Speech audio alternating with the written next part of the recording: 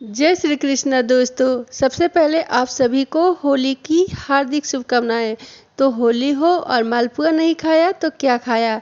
तो चलिए बनाते हैं रबड़ी मालपुआ, वो भी गेहूं के आटे से। ये इतने स्वादिष्ट लगेगी कि आपको मैदे वाली भी इसके आगे फीकी लगेगी। रबड़ी मालपुआ राजस्थान के फेमस डिश है और इसमें हम रबड़ी और मालपुआ अलग नहीं बनाते हैं, मतलब कि रबड़ी से ही मालपुआ बनाते हैं।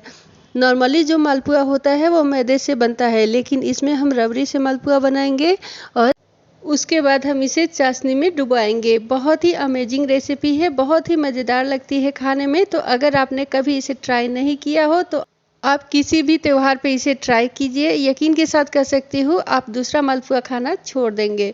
तो चलिए इसे बनाना शुरू करते हैं। तो सबसे पहले हम लिए हैं 1 लीटर ताज़ी फ्रेश दूध, फुल क्रीम वाली हम दूध लिए हैं और एक बार हम उबाले थे दूध को पहले। आप चाहे तो कच्चा दूध से भी रबड़ी को आसानी से बना सकते हैं। तो इस तरह से हम उबालने के बाद हम कढ़ाई में दूध को डाल दिए हैं और इसका हम रबड़ी तैयार करेंगे।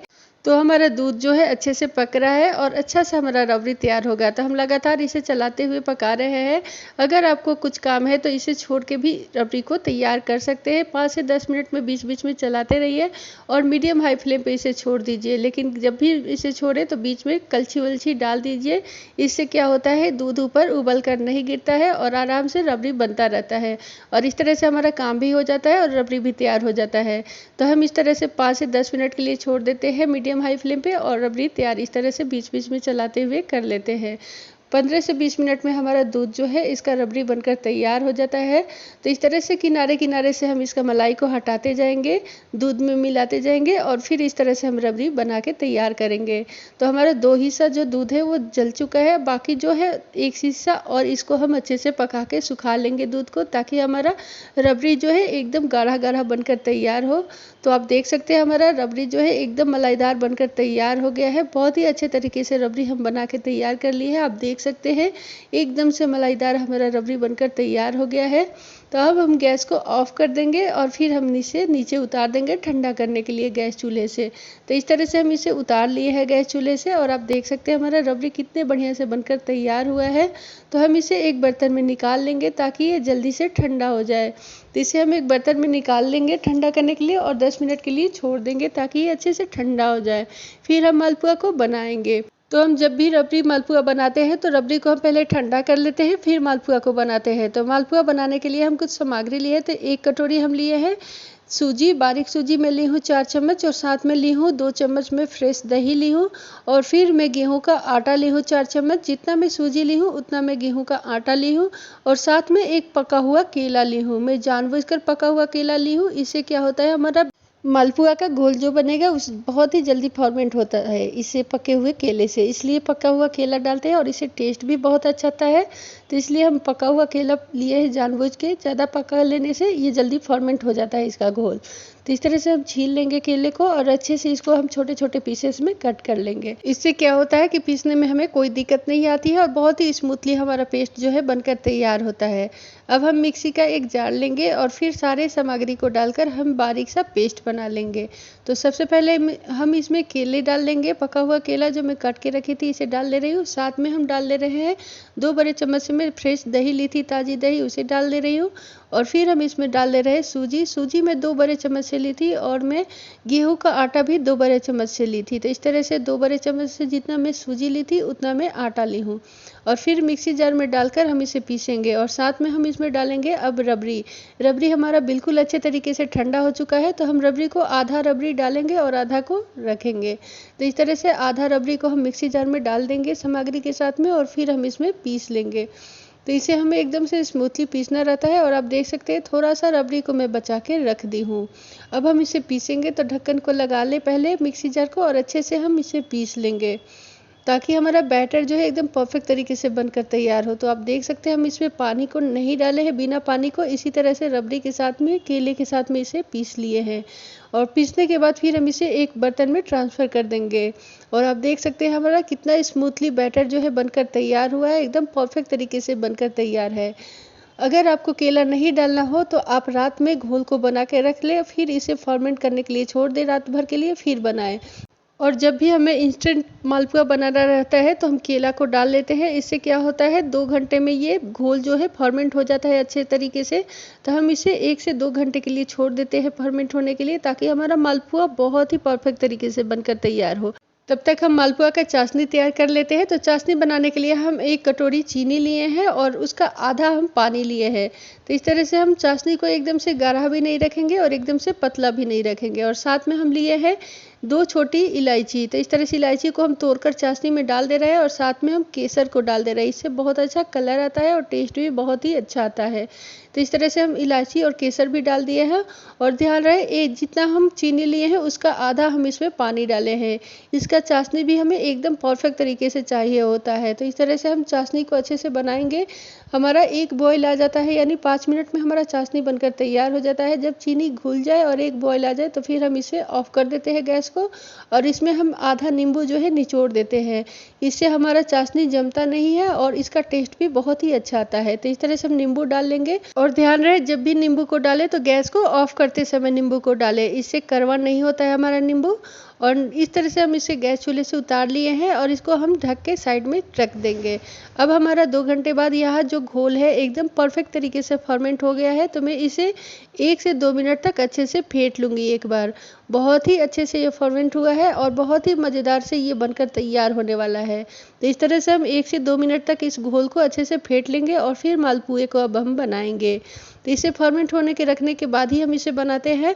आप चाहे तो इंस्टेंट भी बना सकते हैं, लेकिन अगर 2 घंटे के लिए छोड़ देंगे तो बहुत ही अच्छे से मालपुआ बनकर तैयार होता है। तो अब हम इसे फ्राई कर लेंगे। अच्छे से फेंट लिए हैं हम घोल को। तो हम एक फ्राई पैन लिए हैं, उसमें हम शुद्ध घी डाले हैं। जब भी आप मालपुआ को बनाएं तो शुद्ध घी में बनाएंगे तो बहुत ही टेस्टी ये बनकर तैयार होता है। अगर आप शुद्ध घी में नहीं बना पाएंगे तो आप इसे सरसों तेल में नहीं बनाएं, बाकी कोई भी कुकिंग ऑयल में इसे बना सकते हैं।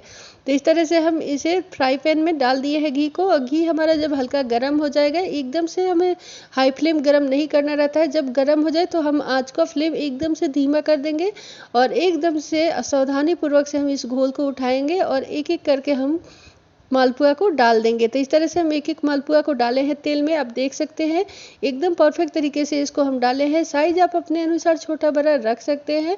और इसे हम धीमी आंच पे 1 मिनट के लिए पकने देने दिए थे और 1 मिनट बाद इसे पलट लिए हैं। तो इसे हमें अलटते पलटते एकदम से मीडियम हाई फ्लेम पे इसे पकाते हैं और गोल्डन ब्राउन होने तक इसे हम पकाते हैं।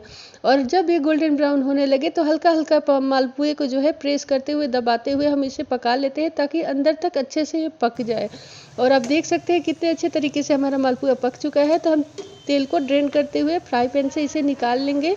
बहुत ही परफेक्ट तरीके से कलर आया है, बहुत ही मज़ेदार ये मालपुआ बनकर तैयार हुआ है। तो हम इसी तरह से एक एक करके सारे मालपुआ को बना लेते हैं। तो आप देख सकते हैं हमारा मालपुआ कितना फूला फूला बनकर तैयार हुआ है, एकदम से क्रिस्पी भी बना है। तो फिर हम बाकी का मालपुआ भी बना लेते हैं। तो इसी तरह से हम कलछी से थोड़ा थोड़ा बैटर को उठाते हैं और डालते हैं और एक साथ हम 6 से 7 मालपुआ को इस तरह से छोटा छोटा मालपुआ बना के तैयार कर लेते हैं। और इधर जो बाकी मालपुआ जो मैं तल ली हूँ उसे मैं चाशनी में डाल ले रही हूँ और 2 मिनट के लिए इसको छोड़ दूंगी चाशनी में, फिर चाशनी से मैं इसे निकाल लूंगी। तो इसे हमें अच्छे से डुबा लेना है। अगर आपका चाशनी ठंडा हो गया हो तो आप हल्का सा गुनगुना कर लीजिए। चाशनी को एकदम से गर्म नहीं करना रहता है, हल्का गुनगुना रहे तो फिर मालपुआ को इसमें डाल लेंगे।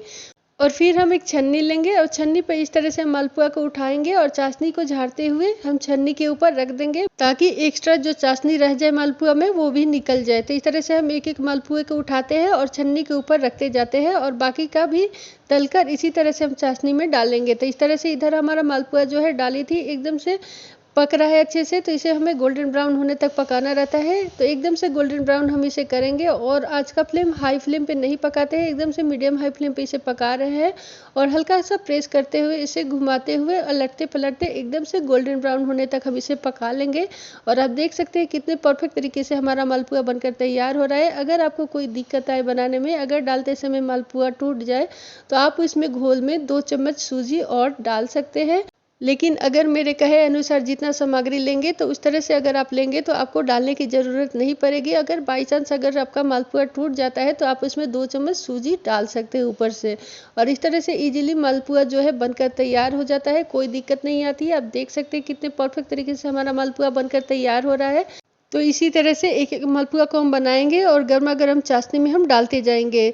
तो ध्यान रहे इसे निकाल के हमें बाहर ज़्यादा देर तक नहीं रखना रहता है, पैन से निकालते ही चाशनी में इसे हमें डालना रहता है। तो इस तरह से हम एक एक करके चाशनी में डालते जाएंगे और 2 मिनट में चाशनी में छोड़ देती हूँ ताकि ये अच्छे से रस को पी ले, और फिर इसे हम एक एक को उठा के और छन्नी पे डालते हैं ताकि एक्स्ट्रा जो चाशनी है वो निकल जाए। तो इस तरह से हम छन्नी के ऊपर सारे मालपुए को डाल लिए हैं। आप देख सकते हैं कितने परफेक्ट तरीके से सारे के सारे हमारे मालपुए बनकर तैयार हुए हैं, एकदम रसीले बने हुए हैं और एकदम से सॉफ्ट बने हुए हैं। आप देख सकते हैं कितने एकदम रस से भरे अंदर तक हमारा ये मालपुआ बनकर तैयार हुआ है। बहुत ही मज़ेदार ये रेसिपी है, आप इसे एक बार ज़रूर ट्राई कीजिएगा। और इधर मेरा बाकी का जो मैं रबड़ी रखी थी उसे मैं मिक्सी जार में थोड़ा सा डाल के और इसे हम मिक्सी ग्राइंड में पीस लेंगे ताकि ये एकदम मलाईदार है। तो इसे पीसने के बाद एकदम स्मूथली हो जाता है। तो इसमें हम आधी चम्मच चीनी डाल दिए हैं और चीनी डालकर हम इसे पीस लेंगे। तो आप देख सकते हैं एकदम स्मूथली हमारा रबड़ी बनकर तैयार हो गया है।